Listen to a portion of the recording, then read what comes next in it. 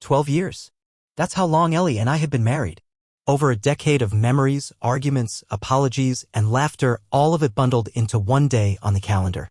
I remember our first anniversary like it was yesterday, handwritten vows recited again over candlelight, cheap wine that tasted better than it should have, and her tearful smile when I gave her that silver bracelet she still wore or used to wear. This year, I came home early. I had left the office around 3, which wasn't typical for me. But it felt important, like something I had to do even if I didn't fully understand why. I held a bouquet of white lilies in one hand, her favorite, and a wrapped gift tucked under my arm. It wasn't anything grand, just a necklace with a small compass charm. I figured it was a subtle way of saying, let's find our way again. The house was quiet when I stepped in. Not the comforting, peaceful quiet of a lazy Sunday, but a hollow, echoing silence. No music playing from her Bluetooth speaker. No scent of dinner wafting from the kitchen. Not even the soft thud of her slippers on the tile floor. I set the flowers on the kitchen counter next to the framed picture of us on a hiking trail in Oregon. We looked so happy in that photo, sunburned, windblown, and wildly in love. I blinked, then looked down at the counter. There was a card. A glossy, impersonal card leaned against the fruit bowl. The front had some generic floral design with cursive text that read, "To the one I love." It was stiff when I opened it, like it had just come off the rack this morning. Inside was a short, printed message. Here's to 12 years of laughter, love, and unforgettable moments. Looking forward to more. No inside joke. No memory. No feeling. At the bottom, her name typed. Not written in her handwriting. Not signed with the usual little heart next to the E like she always did. Just typed. I frowned. Ellie always wrote her cards by hand. It was her tradition even when she was mad at me. Even when we were in the middle of some argument, she'd still scribble something from the heart. Once, during a rough patch around year 7, she gave me a card that read, "I don't like you very much this week, but I still love you." It made me laugh. That's the Ellie I remembered. I stood there for a second longer, the card open in my hand, trying to process the numbness I felt. No music, no scent of dinner, no personal touch. Something felt off. Then I stepped around the island toward the dining table. That's when I saw it, her purse tipped over, half on the chair, half sliding to the floor. Her phone had slipped out and landed screen up on the hardwood. As I approached, the screen lit up with a buzz. It was a message. The contact name was just the letter T. And then, clear as daylight, a photo popped up, a shirtless man in what looked like a hotel mirror selfie. He was smirking, sweat still visible on his chest and collarbones. Below it, a short message, "Last night was amazing. Thanks for making it unforgettable, face-blowing kiss." My stomach twisted. For a moment, my brain couldn't process what I was seeing. I blinked. The phone buzzed again, and the image disappeared into the message preview pane. I didn't touch it. I just stood there, locked in place, staring at the thing like it had physically struck me. Ellie walked in seconds later. She must have heard the door earlier but hadn't come out right away. She froze mid-step when she saw me, her eyes darting from me to the phone on the floor. Then casually, too casually, she stepped over and picked it up. "Oh," she said, with an awkward laugh, "that's just a stupid group chat joke. One of the guys from the clinic being weird." She didn't look at me. She brushed it off like I'd just seen a bad meme. No apology. No panic. Just cold indifference wrapped in a too smooth lie. She slipped the phone into her bag and walked past me toward the staircase like we hadn't just shared the most damning silence in our marriage. I didn't stop her. I didn't yell or ask questions. I didn't tell her I'd seen the preview or ask who T was. I just stood there, stuck between shock and understanding. This wasn't sudden. It wasn't spontaneous. It had been building brick by brick, lie by lie. After a moment, I reached into my coat pocket and pulled out my own gift. Not the compass necklace, no, I left that in the car. Instead, I set a small wooden box on the table.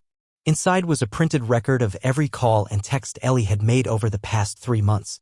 I'd paid a digital forensics consultant to help me retrieve deleted messages, call logs, and metadata. I hadn't planned to use it today. I wasn't even sure what I was hoping to find when I asked for it.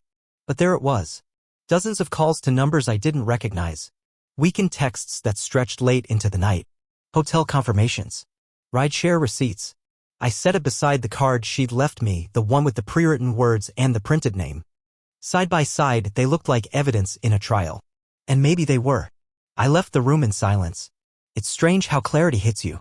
Not like lightning, but like dust finally settling. You don't even realize how cloudy everything's been until you can finally see. That night, after Ellie walked upstairs like nothing had happened, I sat in the living room and stared at the wall for a long time. The TV was on, but I wasn't watching. My mind was in reverse, rewinding through the last year, looking for signs I hadn't wanted to see. And they were there. God, they were everywhere. Like the weekend trips. She started taking them more often in the past few months, once every few weeks. Sometimes it was a continuing ed workshop, other times it was a volunteer project. Ellie had always been generous with her time, especially for causes she believed in, so at first I didn't question it. But over time, the excuses got sloppier. She'd leave without packing much, saying she'd buy what she needed there. Her stories came back vague, no pictures, no stories about the people she met, just nothing. She'd say she was tired or that the event had been emotionally draining. There was one trip in particular I couldn't shake. 2 months ago, she said she was heading to Spokane for a clinic-sponsored conference. Left on a Friday afternoon and said she'd be back Sunday night. But she didn't show up until Monday morning. Claimed her return flight got canceled. I offered to drive out and get her when she called, but she said it was easier just to wait it out at the hotel.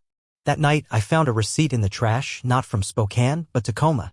A receipt for a bottle of wine and room service breakfast. I brought it up. She said she'd gotten the locations mixed up. That there'd been some last-minute change. Then she flipped it on me. Asked why I was going through the trash. Said it was weird behavior. That shut me up. She'd always been good at flipping the script. Making me feel paranoid for asking questions she didn't want to answer. Then there was the key card. About a month ago, I was looking for some papers in the glove box of her car. I found a hotel room key card tucked beneath a stack of old receipts and gum wrappers. It didn't have a logo on it, just plain white with a magnetic strip. I remember turning it over in my hand, wondering if it meant something or nothing. When I asked her about it, she smiled like it was no big deal. "That's from Sarah," she said. "She left it in my car last time we drove to that bridal shower in Bellevue. I was going to give it back." I never saw Sarah again after that. And the cologne, Jesus, how could I have ignored that? Ellie never wore cologne. She had her own scent, always soft and floral, like vanilla mixed with clean laundry. But more than once lately, she came home late with this musky, masculine scent clinging to her clothes. I brought it up once, and she laughed, said it was probably from hugging one of the doctors at her clinic. "You know how close the staff are," she said. "It's a tight-knit group." That word stuck with me. Tight-knit. I didn't realize at the time how tightly she was knotting herself into someone else's life. There were the wine stains, too. Not often. Just enough. Her blouse once had a red streak down the side she said came from a clumsy waiter at a fundraising dinner. Another time, her dress reeked of Pinot and she said it was just a little spill at a client mixer. The Ellie I knew didn't drink more than a glass and she never came home messy. Then there were the absences I never questioned. Sometimes I'd wake up at 2 or 3 a.m. and notice her side of the bed was empty. I'd get up, half asleep, and find her downstairs, scrolling her phone on the couch. She said she couldn't sleep, or that she didn't want to wake me by tossing and turning. I'd believe her, kiss her on the head, and go back to bed. I didn't realize until later those were the times she was waiting for someone to text back. A week before our anniversary, I saw something on her laptop. I'd walked past it while she was in the shower. The screen was on, open to a tab labeled, Best Discreet Getaways in Tacoma. I didn't think much of it at the time. I remember joking, "You planning a secret vacation without me?" She just smiled and said, "You'll see." Now I know exactly what that smile meant. Looking back, I hate myself for not connecting the dots sooner. But when you love someone, when you really believe in them, you give them the benefit of the doubt. You excuse inconsistencies. You tell yourself you're imagining things. That it's just stress. That it's the job. That she still loves you. But she didn't. Or at least, not the way she used to. That night, after she'd gone to bed, I couldn't sleep. I sat at the kitchen table with the same card in front of me. Her name printed at the bottom. So impersonal it may as well have come from a stranger. I opened my laptop and started organizing what I knew. I didn't even know what I was building, just that I needed it all laid out. The missed calls, the weird explanations, the overnights that didn't make sense. I pulled up old texts, emails she forwarded me weeks ago, scanned receipts I still had on hand. And slowly, I saw a pattern form. Different city names, but the same hotel chains. Different excuses, but the same weekends. Always on Fridays. Always returning just a little too late. Always brushing off the details. All of it aligned like a map. Like a script. By the time the sun rose, I wasn't even angry. I was just awake. In a way I hadn't been for months. This wasn't just about some guy sending her shirtless photos. This was about a long, slow retreat from our life. A careful withdrawal she'd planned and executed while I sat on the couch thinking we were just going through a phase. She didn't just step out of the marriage. She'd been slipping out of it in pieces weekend by weekend, excuse by excuse. I didn't know who the man in the message was yet, but I knew he wasn't new. You don't start sending half-naked photos on a whim. You don't get called unforgettable after one night. That kind of message comes with familiarity. With practice. So no, this didn't start yesterday. It started when I stopped being a part of her future plans. When she started booking hotels instead of making dinner reservations. When her wedding ring started staying on the nightstand longer than it stayed on her hand. The thing that gutted me the most wasn't the lie itself. It was the realization that I hadn't been losing her suddenly. I'd been losing her quietly. And the silence was deafening. There's a kind of peace that comes with certainty. Not relief, definitely not that, but a stillness. Like hitting the floor after falling through darkness. You're bruised, broken maybe, but you're no longer guessing. You know where you are. And more importantly, where you stand. That's what I felt the day I opened the manila folder. It had taken only 5 days to get it. I didn't waste time. I hired a private investigator the morning after our anniversary. His name was McClellan. Former law enforcement, quiet guy, ran a small office in a strip mall next to a tax prep service and a vape shop. He didn't flinch when I told him I suspected my wife was cheating. Didn't offer pity or judgment. Just nodded once, pulled out a notepad, and asked for details. When I handed him the printout of Ellie's phone records and a list of her volunteer weekends, he whistled under his breath. "You've done half my job already." I just nodded. I wasn't proud of it. I wasn't even angry in that moment. I just wanted to stop wondering. He promised results by the end of the week. He delivered in 3 days. The folder he handed me was thick, too thick. That alone told me more than I wanted to know. I waited until I was back home in the garage, engine off, doors closed, before I opened it. Inside were photographs. Dozens of them. Ellie. With him. The man from the text message, the one whose name was only an initial on her phone, now had a face, a full name, and a title that hit me like a punch in the gut. Thomas Craig. Thomas wasn't just anyone. He was the CEO of a tech consultancy that partnered with my firm. I'd met him twice. Shook his hand. Shared a drink. Hell, I even introduced him to Ellie at a company holiday party last year. He complimented her dress and told me I was a lucky man. Now, there they were, together, in full color, under the harsh fluorescence of hotel lobby lights. The photos weren't obscene. Nothing explicit. But they didn't have to be. Ellie and Thomas were walking into a boutique hotel in downtown Tacoma, hand in hand. In another, they were sitting on a bench outside the hotel, laughing, her head tilted back in a way I hadn't seen in months. Then came the ones that hit hardest. Ellie fixing his tie as they stepped into the elevator. Him brushing hair from her face. Her standing too close. Him kissing her forehead like they were rehearsing for a wedding. McClellan had labeled everything. Dates. Times. Locations. Cross-referenced with hotel check-ins under aliases Mr. and Mrs. Allen once. Another time they'd gone as Trevor and Kate Monroe. The timeline matched perfectly with every weekend she'd claimed to be at a volunteer retreat or a clinic conference. No gaps. No ambiguity. This wasn't a one-time mistake. This was a relationship. And the worst part? It had been going on for at least 5 months. The phone logs sealed it. McClellan had pulled metadata and pinpointed recurring calls from Thomas's number to Ellie's always late at night, typically between 10:30 and 11:45. I checked her home security logs, cross-referenced them with the timestamps. She took most of those calls while sitting on the back porch, supposedly drinking tea and reading, while I was upstairs asleep. She'd been whispering goodnight to him while I was dreaming of ways to save us. I stared at the photos for a long time. Then I flipped to the back of the folder where McClellan had left a single-page summary. He'd been professional, clinical even, but there was no way to soften the facts. Subject was observed in the company of Thomas Craig, DOB, 1978, on 4 separate occasions in 2 weeks. Each meeting occurred at a known short-stay hotel in Tacoma or SeaTac area. Subject and Thomas Craig arrived separately, interacted physically, hand-holding, close contact, and checked in under false names. Surveillance confirms subject stayed overnight on at least 3 occasions. Multiple extended calls and text communications corroborate a romantic relationship. No conjecture. No maybe. Just truth. Raw and undeniable. I sat in the garage for almost an hour. The folder lay open on my lap. I didn't cry. I didn't scream. I didn't even move. I just absorbed it, like staring at a wrecked building and finally understanding the blast radius. When I finally walked inside, Ellie was in the kitchen. She didn't look up. She was chopping something, red onions maybe. She had earbuds in, her back to me, humming along with a song I couldn't hear. And in that moment, I felt something sharp and foreign creep in: detachment. Not anger. Not betrayal. Something colder. She didn't know what I knew. Didn't realize I had visual proof of every secret she thought she'd hidden. And watching her sway to the music, stir the pan like she was just any wife making dinner for her husband, it was surreal. I turned and walked out. I couldn't sit across from her pretending anymore. Not without screaming. That night, I didn't sleep. I sat on the couch with the folder next to me, the images burned into my brain. The next morning, I took the day off work and drove out to an empty stretch of road near an overlook she loved. We used to go there in the fall, watch the leaves change. It felt like the right place to make a decision. I looked at the photos again, just one more time. Not because I needed to, but because I needed the pain. I needed to remind myself this was real. That the woman I'd built my life around had built something else behind my back. I thought about confronting her then and there.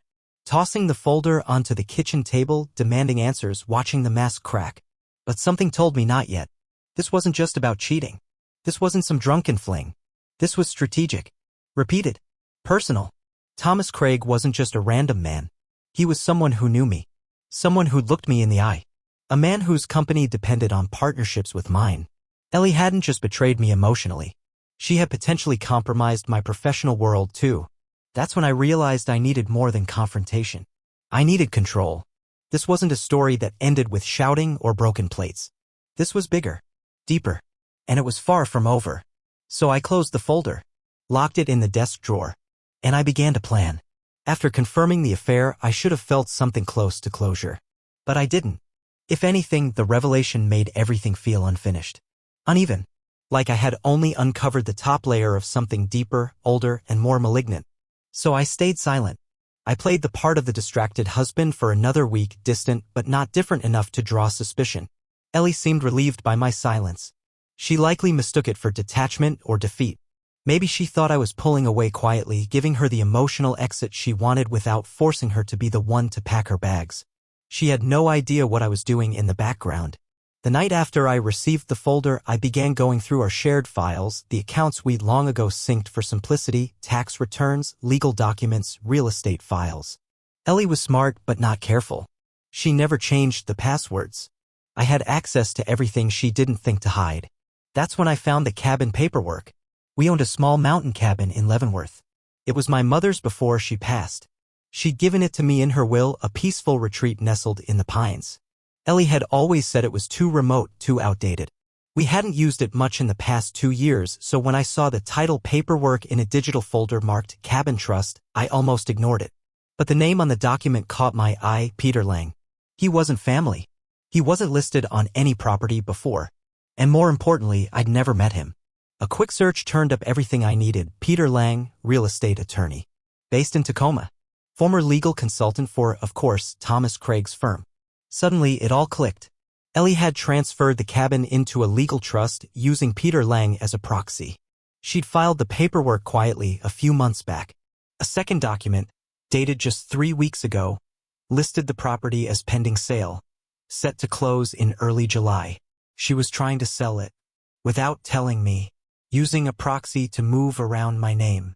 I nearly threw the laptop across the room. I couldn't believe how far it had gone. This wasn't just a romantic betrayal. This was premeditated theft. My mother's cabin, my inheritance, was nearly out of my hands because Ellie wanted to finance her new life with Thomas. But it didn't end there. I dug deeper, started reviewing our financials, credit pulls, bank statements, everything I could access. I noticed a wire transfer from one of Ellie's personal accounts, labeled vaguely as consultation fee. It had been sent 2 months ago, to my father. First, I thought it was a mistake, a banking glitch, but the transaction was real, confirmed. I called the bank directly to double-check. $10,000, sent from Ellie to my father's account.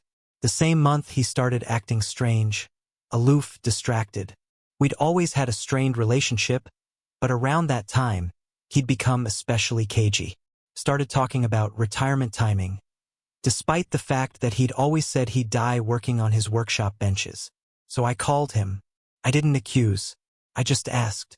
"Hey, Dad," I said, keeping my voice casual. "Did Ellie reach out to you about the cabin?" There was a pause. Too long. "Why would she?" he said. I knew then, not because of what he said, but because of how he said it. Flat, too fast, defensive. I thanked him and ended the call. Then I stared at the ceiling for a while, trying to process it all. Ellie hadn't just gone behind my back with Thomas. She had looped in my own father. She was selling my family's property, using an attorney with ties to her lover, sending unexplained payments to my father, trying to carve out her exit from our marriage without so much as a conversation. It was systemic, coordinated, cold. I decided then that she didn't deserve a confrontation. She didn't deserve the dignity of a shouting match or the theater of emotional closure. She had turned this into business, transactions, signatures, proxies. Fine. I could play that game too. I reached out to a friend from my military days, Callum, a systems analyst turned cybersecurity expert. I gave him the phone records, the financials, and access to a drive with every file I'd collected so far.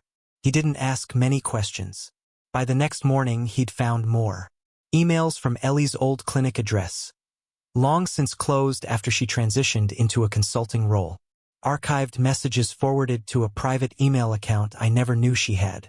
In them, conversations with a man named Bryce, someone tied to medical records, anonymized databases, patient profiles. Ellie had been selling data, not just violating her contract, violating federal law.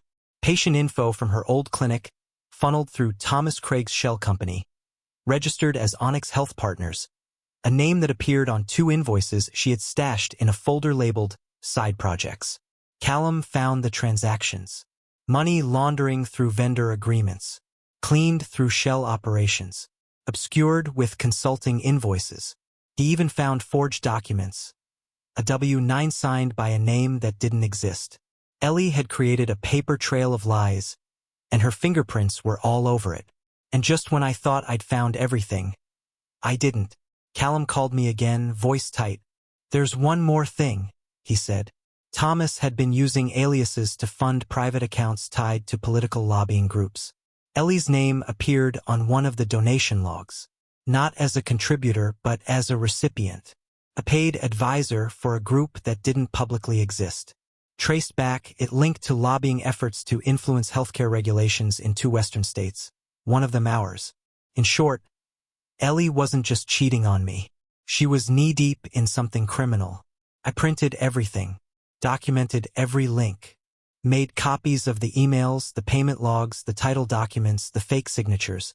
I bought a fireproof lockbox and stored it all inside. The next morning, Ellie mentioned she was going to visit a friend in Bellingham for the weekend.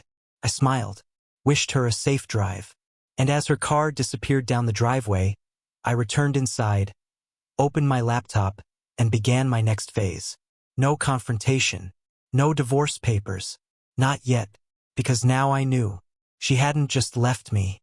She tried to erase me, and I wasn't going to let that happen quietly. I always thought betrayal came with noise, screaming, slamming doors, shattered glass. But in my case, it came with a phone call at 6:14 a.m. I was in the kitchen, pouring coffee, still groggy from another restless night, when my phone buzzed. The number was local, but unfamiliar. I almost didn't answer. I wish I hadn't. "Mr. Holt?" the voice asked. "Yes," I replied, tightening my grip on the mug. "This is Officer Carlisle with the King County Sheriff's Department. I'm calling to inform you that we're investigating an incident that occurred on your property early this morning." "My property?" My stomach dropped. "There's been a death. Nicholas Reed, your friend and associate." "Nick." My mind reeled. Nick was my closest friend, had been since we were stationed together overseas. He was the best man at my wedding, godfather to a niece of mine. Steady, honest, loyal. I don't understand. What happened? "We found Mr. Reed deceased in your workshop behind the main residence. A maintenance worker nearby heard a loud noise around 4 a.m. We received a call and dispatched officers. The scene is currently secured, but he hesitated. We'll need you to come down to the station. There are questions." I didn't hang up. I don't think I could have even if I'd wanted to. I just stood there, heart pounding in my ears, the coffee burning my hand. Eventually, I set the mug down and stared out the window. The workshop. That was my grandfather's old tool shed, repurposed after the war. Nick and I used it on weekends, fixing old motorcycles, restoring broken furniture, drinking whiskey under the smell of sawdust. I hadn't been in there for over a week. When I arrived at the station, they didn't cuff me. Not yet. But the energy was unmistakable, cops moving with purpose, glances exchanged behind clipboards, quiet radios crackling.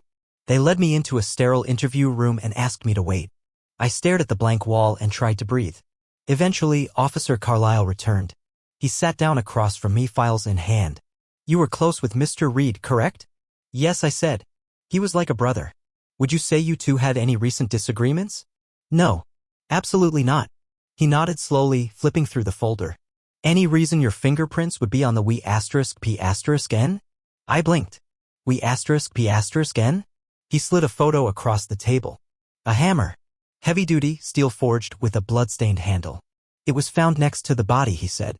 "We lifted your prints from the grip, the head, and the base. Your neighbor's surveillance system caught someone entering the property late last night. Unfortunately, the camera aimed at your workshop was disabled, wires cut. But 2 witnesses reported hearing shouting shortly before the noise." I shook my head. "That doesn't make sense. I wasn't even home most of the night. I left around 9 and didn't get back until after 2. Where were you?" "Driving. Thinking. I needed space. No stops? No receipts? No one who can confirm your whereabouts?" I hesitated. "No." He closed the folder. "We also spoke with your father. He mentioned you've been under considerable emotional strain. He said you and Nick had an argument recently about a woman." My blood turned cold. "Excuse me." "He claimed you'd been drinking heavily, paranoid about your wife. That Nick had warned you to back off, that you were losing control." "That's not true." Carlyle leaned forward. "We also found a text from Nick's phone sent around 3:48 a.m. It wasn't delivered, but it was drafted. It reads, 'Grayson knows everything. He's not taking it well. If anything happens and it ends there.'" I couldn't speak. I couldn't move. Because I knew. I knew what was happening. This wasn't coincidence. It was orchestration. Someone had set me up. And that someone had access to my workshop. To my fingerprints. To Nick. And the only people who matched the profile were Ellie and my father. Nick knew something. He had to. Maybe I'd said too much after one too many drinks. Maybe he confronted Ellie. Maybe he threatened to tell me everything. And now he was dead. They let me leave that day, but just barely. I wasn't arrested. Not yet. But I could feel it looming. As I drove home, the world blurred. Everything looked familiar and alien at once. I pulled into my driveway and sat in the car, trying to steady my breath. The house looked the same, but it felt like enemy territory now. When I stepped inside, Ellie was in the kitchen again. She looked up, eyes wide, clutching her phone. "What's wrong?" she asked, a little too fast. I didn't answer. Just stared. I watched her eyes, waiting to see if they would twitch. Flicker. Flinch. They didn't. "How's Nick?" she asked. I turned and walked upstairs. I didn't sleep that night. Every creak of the house sounded like footsteps. Every breeze outside felt like someone watching. I sat by the window, staring at the street, waiting for the cruiser to return. At 3 a.m. I made my decision. I packed a bag, just the essentials. IDs, cash, flash drives. I slipped out through the back, bypassed the security cameras I'd installed, and disappeared into the dark. I didn't run. I regrouped. I drove south to Portland and checked into a motel under an old military alias. I used cash. Burned the SIM card in my phone and replaced it with a clean one I'd been saving for emergencies. I contacted Callum again, gave him a code phrase we hadn't used since Afghanistan, Broken Lantern. He called me in under 5 minutes. "I saw the news," he said. "They're calling it an accident." "For now."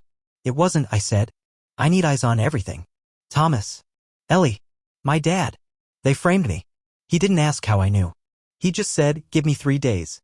I spent those days moving like a ghost, switching locations every night, using burner laptops, wiping search histories. I knew the walls were closing in, but I also knew something else. I wasn't the one caught in a trap. I was climbing out of it. And once I did, I was going to set it on fire. Portland gave me space to breathe. Space to think. From a safe house arranged by Callum, I spent hours tracing everything, rebuilding the web Ellie and Thomas had spun. With each encrypted file Callum cracked, the picture sharpened. Shell companies, offshore accounts, falsified grant proposals, and forged medical audits. Ellie had used her access at the clinic to funnel patient data into a pipeline, data sold under the table to pharmaceutical contacts. And Thomas had given her the channels to do it. Worse, my father had helped cover it all. Bank records showed a regular deposit labeled Legacy Consulting. The legacy, apparently, was my own family's willingness to sell me out. With enough evidence to make federal prosecutors salivate, we prepped the drop. I compiled everything: financial crimes, healthcare fraud, conspiracy, and obstruction. Every fake invoice, fake email, alias-stamped check-in. I printed hard copies, burned backups onto USBs, and created a full digital dossier under an anonymous identity. We sent it to 3 places: the IRS, the State Medical Board, and 2 investigative journalists, 1 local, 1 national. Within 72 hours, everything detonated. First came the subpoenas. Then came the press leaks. Photos of Thomas leaving a federal building in handcuffs broke on the news the same afternoon Ellie was named in a fraud indictment. My father's name popped up in a leaked deposition as a non-licensed financial intermediary. By the end of the week, my name had been cleared quietly without apology. They never saw it coming. Ellie tried calling. I didn't answer. Her voice appeared in a voicemail, desperate, trembling, blaming Thomas, blaming fear, blaming loneliness. She said my silence was cruel. But betrayal has its own silence. I didn't need revenge. I just needed the truth to stand in the light. Thomas Craig was sentenced to 25 years, fraud, data theft, laundering, conspiracy. Ellie took a plea deal, 18 years with a chance of parole in 9. My father, too old and too tired to fight, pled guilty and received 10. The press called it a white-collar takedown. To me, it felt more like the final chapter of a book I never agreed to be in. But none of it brought peace. Until Nick's widow, Carla, sent a letter. She said Nick had started developing a nonprofit for veterans, a PTSD rehabilitation center he wanted to name after me. She'd found the paperwork in his safe with my name on the header, the Holt Foundation. I cried for the first time since everything happened. Within weeks, I sold our house and moved to Idaho. I bought a patch of land near a quiet stream, the kind Nick loved. Using the last of my savings and the goodwill of a few old military friends, we broke ground. The retreat opened 10 months later. We named it Nick's Place. We don't talk about revenge there. We talk about purpose. About rebuilding. About how you sometimes have to lose everything before you figure out who you really are. Ellie's betrayal didn't define me. But what I built in the ashes of it, that just might.